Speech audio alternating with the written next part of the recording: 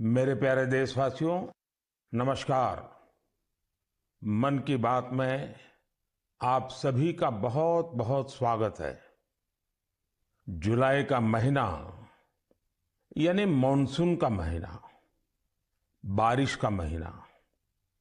बीते कुछ दिन प्राकृतिक आपदाओं के कारण चिंता और परेशानी से भरे रहे हैं। यमुना समेत कई नदियों में बाढ़ से कई इलाकों में लोगों को तकलीफ उठानी पड़ी है।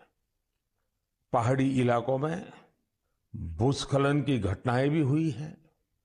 इसी दौरान देश के पश्चिमी हिस्से में कुछ समय पूर्व गुजरात के इलाकों में बिपरजॉय साइक्लोन भी आया।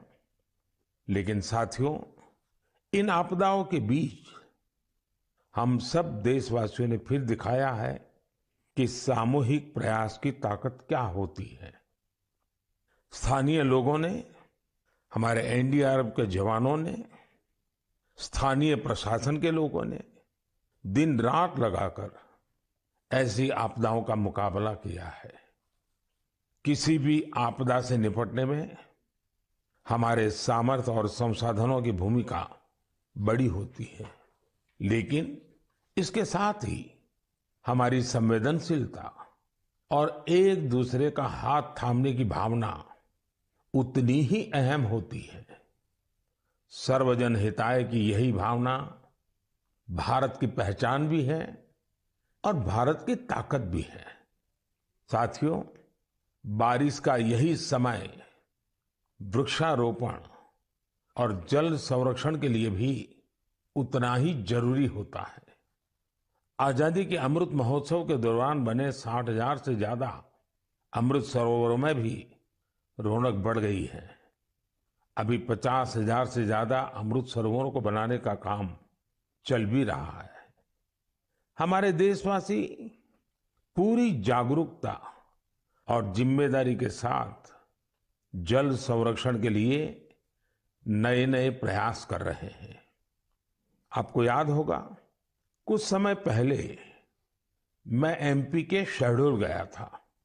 वहां मेरी मुलाकात पकरिया गांव के आदिवासी भाई बहनों से हुई थी। वहीं पर मेरी उनसे प्रकृति और पानी को बचाने के लिए भी चर्चा हुई थी। अभी मुझे पता चला है कि पकरिया गांव के आदिवासी भाई बहनों ने इसे लेकर काम भी शुरू कर दिया है।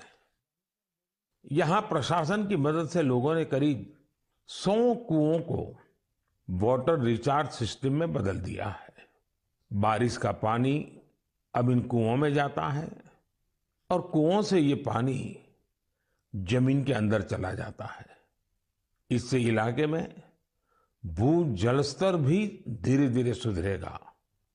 अब सभी गांव वालों ने पूरे क्षेत्र के करीब करीब 800 कुएं को रिचार्ज के लिए उपयोग में लाने का लक्ष्य बनाया है।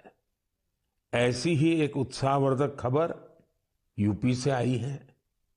कुछ दिन पहले उत्तर प्रदेश में एक दिन में 30 करोड़ पेड़ लगाने का रिकॉर्ड बनाया गया है। इस अभियान की शुरुआत राज्य सरकार ने की, उसे पूरा वहां के लोगों ने किया। ऐसे प्रयास जन भागीदारी के साथ साथ जन जागरण के भी बड़े उदाहरण हैं।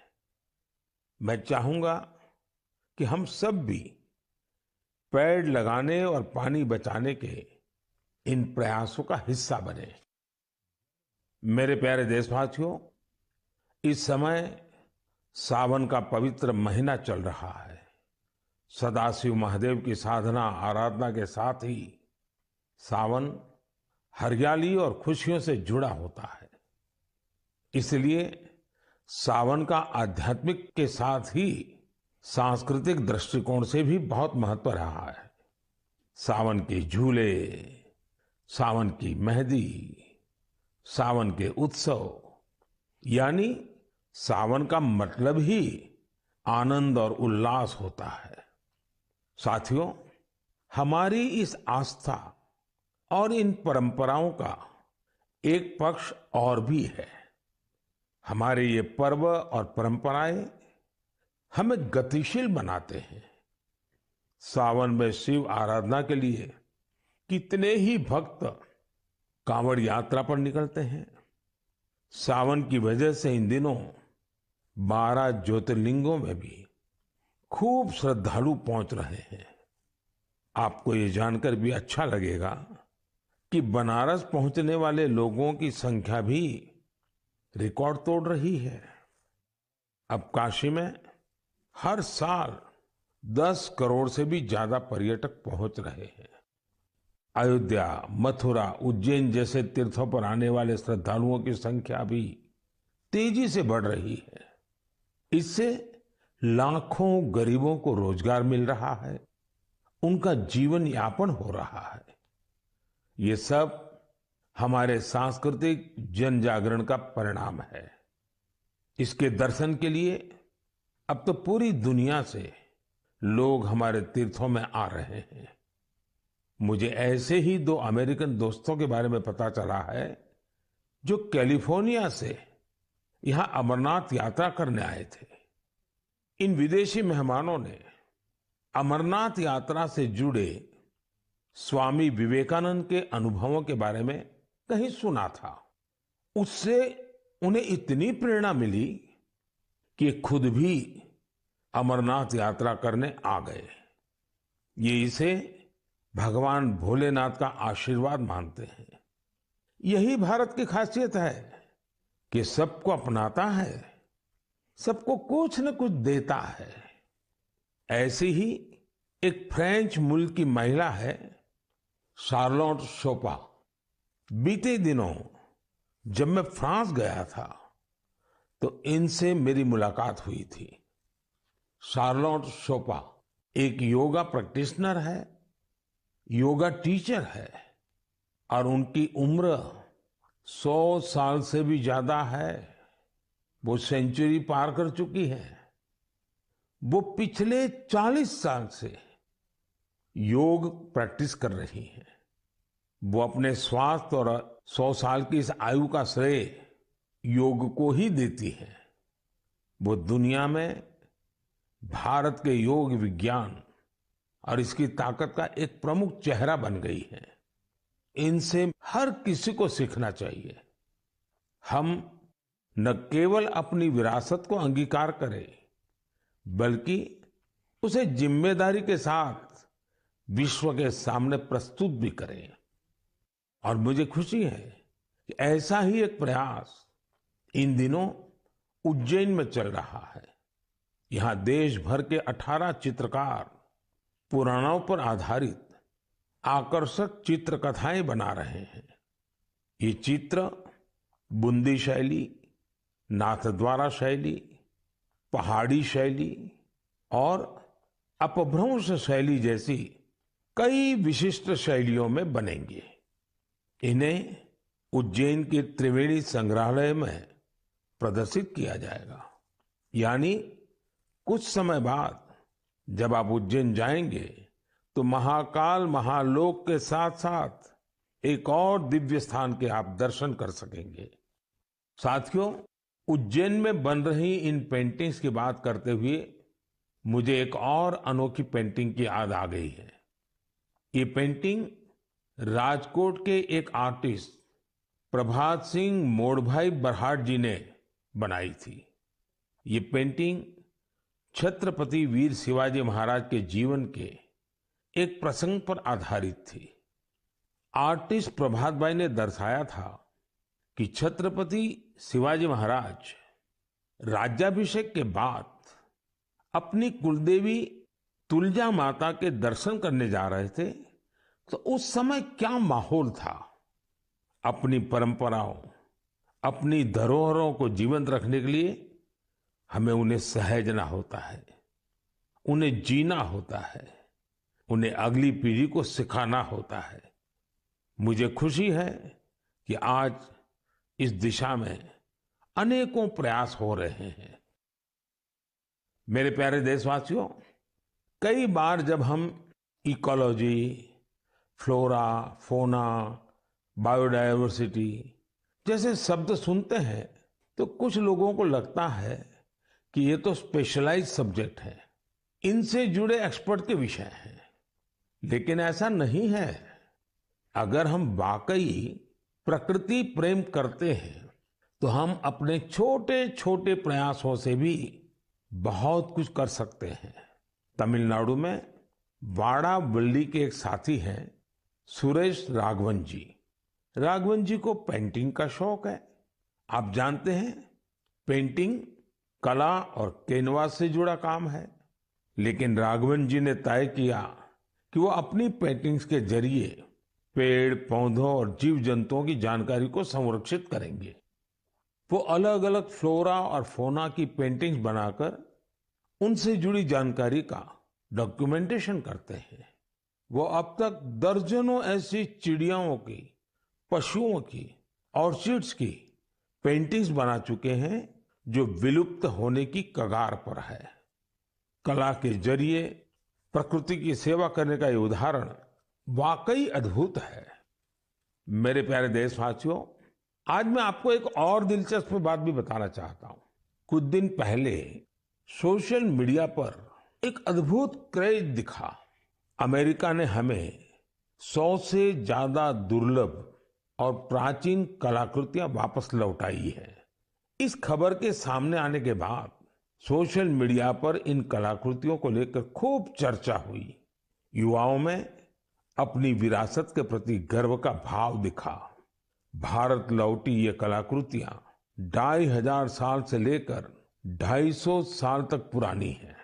आपको यह भी जानकर खुशी होगी कि इन दुर्लभ चीजों का नाता देश के अलग अलग क्षेत्रों से है। ये टेराकोटा, स्टोन, मेटल और लकड़ी के इस्तेमाल से बनाई गई है। इनमें से कुछ तो ऐसी हैं जो आपको आश्चर्य से भर देंगी। आप इन्हें देखेंगे तो देखते ही रह जाएंगे। इनमें 11वीं शताब्दी का एक खूबसूरत सैंडस्टोन स्कल्पचर भी आपको देखने को मिलेगा। ये नृत्य करती हुई एक अप्सरा की कलाकृति है जिसका नाता मध्य प्रदेश से है। चोल युग की कई मूर्तियां भी इनमें शामिल है। देवी और भगवान मुरुगन की प्रतिमाएं तो 12वीं शताब्दी की है और तमिलनाडु की वैभवशाली संस्कृति से जुड़ी है। भगवान गणेश की करीब 1000 वर्ष पुरानी कांसे की प्रतिमा भी भारत को लौटाई गई है। ललितासन में बैठे उमा महेश्वर की एक मूर्ति 11वीं शताब्दी की बताई जाती है, जिसमें वे दोनों नंदी पर आसीन है। पत्थरों से बनी जैन तीर्थंकरों की 2 मूर्तियां भी भारत वापिस आई है। भगवान सूर्यदेव की 2 प्रतिमाएं भी आपका मन मोह लेंगी। इनमें से एक सैंडस्टोन से बनी है। वापस लौटाई गई चीजों में लकड़ी से बना एक पैनल भी है जो समुद्र मंथन की कथा को सामने लाता है। 16वीं 17वीं सदी के इस पैनल का जुड़ाव दक्षिण भारत से है। साथियों, यहां मैंने तो बहुत कभी नाम लिए हैं, जबकि देखे तो ये लिस्ट बहुत लंबी है। मैं अमेरिकी सरकार का आभार करना चाहूंगा जिन्होंने हमारी इस बहुमूल्य विरासत को लौटाया है।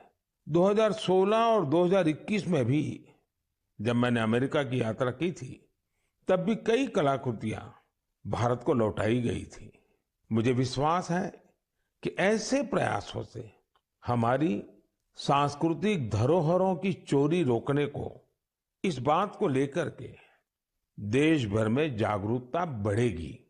इससे हमारी समृद्ध विरासत से देशवासियों का लगाव भी और गहरा होगा।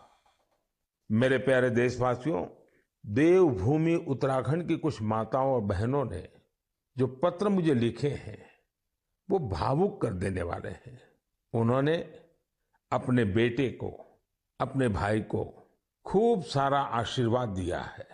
उन्होंने लिखा है कि उन्होंने कभी कल्पना भी नहीं की थी कि हमारी सांस्कृतिक धरोहर रहा भोजपत्र उनकी आजीविका का साधन बन सकता है। आप सोच रहे होंगे कि यह पूरा माजरा है क्या? साथियों, तो मुझे ये पत्र लिखे हैं चमोली जिले की नीति माणा घाटी की महिलाओं ने। ये वो महिलाएं हैं जिन्होंने पिछले साल अक्टूबर में मुझे भोजपत्र पर एक अनूठी कलाकृति भेंट की थी। ये उपहार पाकर मैं भी बहुत अभिभूत हो गया। आखिर हमारे यहाँ प्राचीन काल से हमारे शास्त्र और ग्रंथ इन्हीं भोजपत्रों पर सहेजे जाते रहे हैं। महाभारत भी तो इसी भोजपत्र पर लिखा गया था। आज देवभूमि की ये महिलाएं इस भोजपत्र से बेहद ही सुंदर सुंदर कलाकृतियां और स्मृति चिन्ह बना रही हैं। माणा गांव की यात्रा के दौरान मैंने उनके इस यूनिक प्रयास की सराहना की थी। मैंने देवभूमि आने वाले पर्यटकों से अपील की थी को यात्रा के दौरान ज्यादा से ज्यादा लोकल प्रोडक्ट्स खरीदें। इसका वहां बहुत असर हुआ है। आज भोजपत्र के उत्पादों को यहाँ आने वाले तीर्थयात्री काफी पसंद कर रहे हैं और इसे अच्छे दामों पर खरीद भी रहे हैं। भोजपत्र की यह प्राचीन विरासत उत्तराखंड की महिलाओं के जीवन में खुशहाली के नए नए रंग भर रही है। मुझे यह जानकर भी खुशी हुई है कि भोजपत्र से नए नए प्रोडक्ट बनाने के लिए राज्य सरकार महिलाओं को ट्रेनिंग भी दे रही है। राज्य सरकार ने भोजपत्र की दुर्लभ प्रजातियों को संरक्षित करने के लिए भी अभियान शुरू किया है। जिन क्षेत्रों को कभी देश का आखिरी छोर माना गया था, उन्हें अब देश का प्रथम गांव मानकर विकास हो रहा है। ये प्रयास अपनी परंपरा और संस्कृति को संजोने के साथ आर्थिक तरक्की का भी जरिया बन रहा है। मेरे प्यारे देशवासियों, मन की बात में मुझसे इस बार काफी संख्या में ऐसे पत्र भी मिले हैं जो मन को बहुत ही संतोष देते हैं। ये चिट्ठी उन मुस्लिम महिलाओं ने लिखी है जो हाल ही में हज यात्रा करके आई है। उनकी ये यात्रा कई मायनों में बहुत खास है। ये वो महिलाएं हैं जिन्होंने हज की यात्रा बिना किसी पुरुष सहयोगी या महरम के बिना पूरी की है और ये संख्या 150 नहीं बल्कि 4000 से ज्यादा है। यह एक बड़ा बदलाव है। पहले मुस्लिम महिलाओं को बिना महरम हज करने की इजाजत नहीं थी। मैं मन की बात के माध्यम से सऊदी अरब सरकार का भी हृदय से आभार व्यक्त करता हूं। बिना महरम हज पर जा रही महिलाओं के लिए खास तौर पर विमेन कोऑर्डिनेटर्स नियुक्ति की गई थी। साथियों, बीते कुछ वर्षों में हज पॉलिसी में जो बदलाव किए गए हैं, उनकी भरपूर सराहना हो रही है। हमारी मुस्लिम माताओं और बहनों ने इस बारे में मुझे काफी कुछ लिखा है। अब ज्यादा से ज्यादा लोगों को हज पर जाने का मौका मिल रहा है। हज यात्रा से लौटे लोगों ने, विशेषकर हमारी माताओं बहनों ने चिट्ठी लिखकर जो आशीर्वाद दिया है, वो अपने आप में बहुत प्रेरक है। मेरे प्यारे देशवासियों, जम्मू कश्मीर में म्यूजिकल नाइट्स हो, हाई एल्टीट्यूड में बाइक रैलीज हो, चंडीगढ़ के लोकल क्लब हो और पंजाब में ढेर सारे स्पोर्ट्स ग्रुप्स हो, ये सुनकर लगता है एंटरटेनमेंट की बात हो रही है, एडवेंचर की बात हो रही है। लेकिन बात कुछ और है। ये आयोजन एक कॉमन कॉज से भी जुड़ा हुआ है और ये कॉमन कॉज है ड्रग्स के खिलाफ जागरूकता अभियान। जम्मू कश्मीर के युवाओं को ड्रग्स से बचाने के लिए कई इनोवेटिव प्रयास देखने को मिले हैं। यहाँ म्यूजिकल नाइट, बाइक रैली जैसे कार्यक्रम हो रहे हैं। चंडीगढ़ में इस मैसेज को स्प्रेड करने के लिए लोकल क्लब्स को इससे जोड़ा गया है। वे इन्हें वादा क्लब्स कहते हैं। वादा यानी विक्ट्री अगेंस्ट ड्रग्स एब्यूज।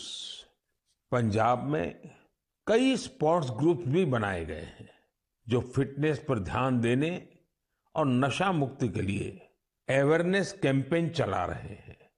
नशे के खिलाफ अभियान में युवाओं की बढ़ती भागीदारी बहुत उत्साह बढ़ाने वाली है। ये प्रयास भारत में नशे के खिलाफ अभियान को बहुत ताकत देते हैं। हमें देश की भावी पीढ़ियों को बचाना है तो उन्हें ड्रग्स से दूर रखना ही होगा। इसी सोच के साथ 15 अगस्त 2020 को नशा मुक्त भारत अभियान की शुरुआत की गई थी। इस अभियान से 11 करोड़ से ज्यादा लोगों को जोड़ा गया है।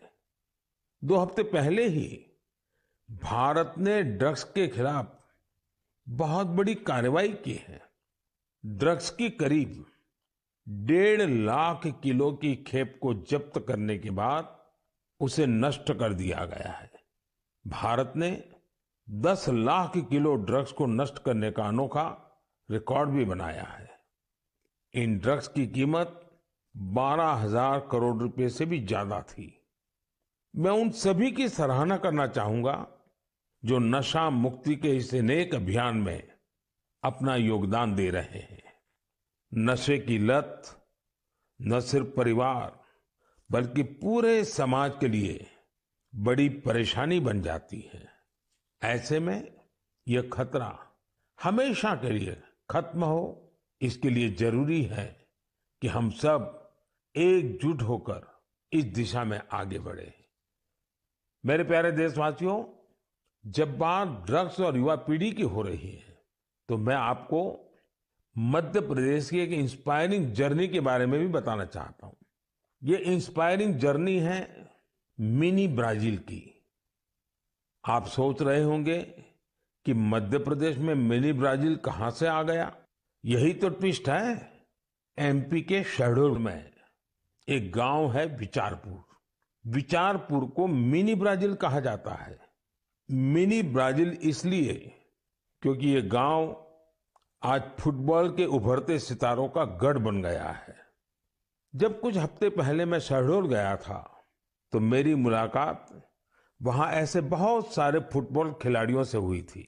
मुझे लगा कि इस बारे में हमारे देशवासियों को और खासकर युवा साथियों को जरूर जानना चाहिए। साथियों, विचारपुर गांव के मिनी ब्राजील बनने की यात्रा 2-2.5 दशक पहले शुरू हुई थी। उस दौरान विचारपुर गांव अवैध शराब के लिए बदनाम था, नशे की गिरफ्त में था। इस माहौल का सबसे बड़ा नुकसान यहाँ के युवाओं को हो रहा था। एक पूर्व नेशनल प्लेयर और कोच रईस अहमद ने इन युवाओं की प्रतिभा को पहचाना। रईस जी के पास संसाधन ज्यादा नहीं थे, लेकिन उन्होंने पूरी लगन से युवाओं को फुटबॉल सिखाना शुरू किया। कुछ साल के भीतर ही यहाँ फुटबॉल इतनी पॉपुलर हो गई कि विचारपुर गांव की पहचान ही फुटबॉल से होने लगी। अब यहाँ फुटबॉल क्रांति नाम से एक प्रोग्राम भी चल रहा है। इस प्रोग्राम के तहत युवाओं को इस खेल से जोड़ा जाता है और उन्हें ट्रेनिंग दी जाती है। ये प्रोग्राम इतना सफल हुआ है कि विचारपुर से नेशनल और स्टेट लेवल के 40 से ज्यादा खिलाड़ी निकले हैं। ये फुटबॉल क्रांति अब धीरे धीरे पूरे क्षेत्र में फैल रही है। शहडोल और उसके आसपास के काफी बड़े इलाके में 1200 से ज्यादा फुटबॉल क्लब बन चुके हैं। यहां से बड़ी संख्या में ऐसे खिलाड़ी निकल रहे हैं जो नेशनल लेवल पर खेल रहे हैं। फुटबॉल के कई बड़े पूर्व खिलाड़ी और कोच आज यहां युवाओं को ट्रेनिंग दे रहे हैं। आप सोचिए, एक आदिवासी इलाका जो अवैध शराब के लिए जाना जाता था, नशे के लिए बदनाम था, वो अब देश की फुटबॉल नर्सरी बन गया है। इसलिए तो कहते हैं जहां चाह वहां राह। हमारे देश में प्रतिभाओं की कमी नहीं है। जरूरत है तो उन्हें तलाशने की और तराशने की। इसके बाद यही युवा देश का नाम रोशन भी करते हैं और देश के विकास को दिशा भी देते हैं। मेरे प्यारे देशवासियों, आजादी के 75 साल पूरे होने के अवसर पर हम सभी पूरे उत्साह से अमृत महोत्सव मना रहे हैं। अमृत महोत्सव के दौरान देश में करीब करीब 2 लाख कार्यक्रमों का आयोजन किया गया है। ये कार्यक्रम एक से बढ़कर एक रंगों से सजे थे, विविधता से भरे थे। इन आयोजनों की एक खूबसूरती ये भी रही कि इनमें रिकॉर्ड संख्या में युवाओं ने हिस्सा लिया।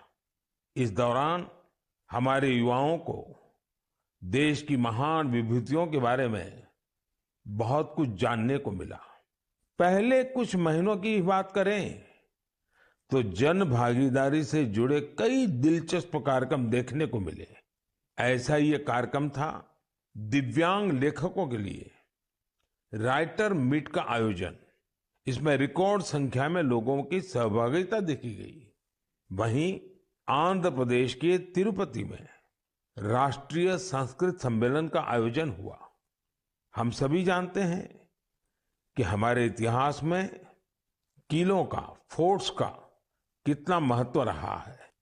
इसी को दर्शाने वाली एक कैंपेन किले और कहानियां यानी फोर्ट से जुड़ी कहानियां भी लोगों को खूब पसंद आई। साथियों, आज जब देश में चारों तरफ अमृत महोत्सव की गूंज है, 15 अगस्त पास ही है, तो देश में एक और बड़े अभियान की शुरुआत होने जा रही है। शहीद वीर वीरांगनाओं को सम्मान देने के लिए मेरी माटी मेरा देश अभियान शुरू होगा। इसके तहत देश भर में हमारे अमर बलिदानियों की स्मृति में अनेक कार्यक्रम आयोजित होंगे। इन विभूतियों की स्मृति में देश की लाखों ग्राम पंचायतों में विशेष शिलालेख भी स्थापित किए जाएंगे। इस अभियान के तहत देश भर में अमृत कलश यात्रा भी निकाली जाएगी। देश के गांव-गांव से, कोने-कोने से 7500 कलशों में मिट्टी लेकर ये अमृत कलश यात्रा देश की राजधानी दिल्ली पहुंचेगी। ये यात्रा अपने साथ देश के अलग अलग हिस्सों से पौधे लेकर भी आएगी। 7500 कलश में आई माटी और पौधों से मिलाकर फिर नेशनल वॉर मेमोरियल के समीप अमृत वाटिका का निर्माण किया जाएगा। ये अमृत वाटिका एक भारत श्रेष्ठ भारत का भी बहुत ही भव्य प्रतीक बनेगी। मैंने पिछले साल लाल किले से अगले 25 वर्षों के अमृतकाल के लिए पंच प्राण की बात की थी।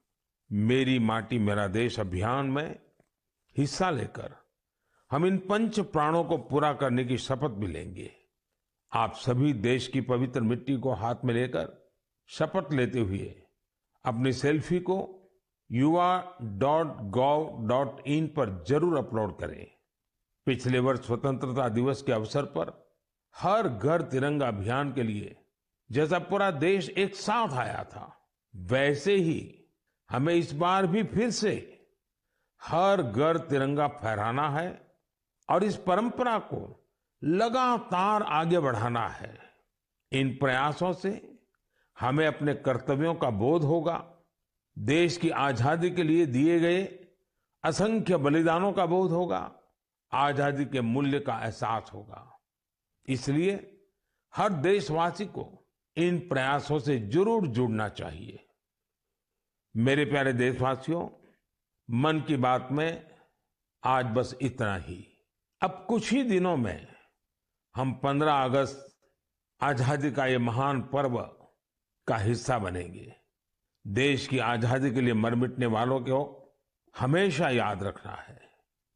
हमें उनके सपनों को सच करने के लिए दिन रात मेहनत करनी है और मन की बात देशवासियों की इसी मेहनत को, उनके सामूहिक प्रयासों को सामने लाने का ही एक माध्यम है।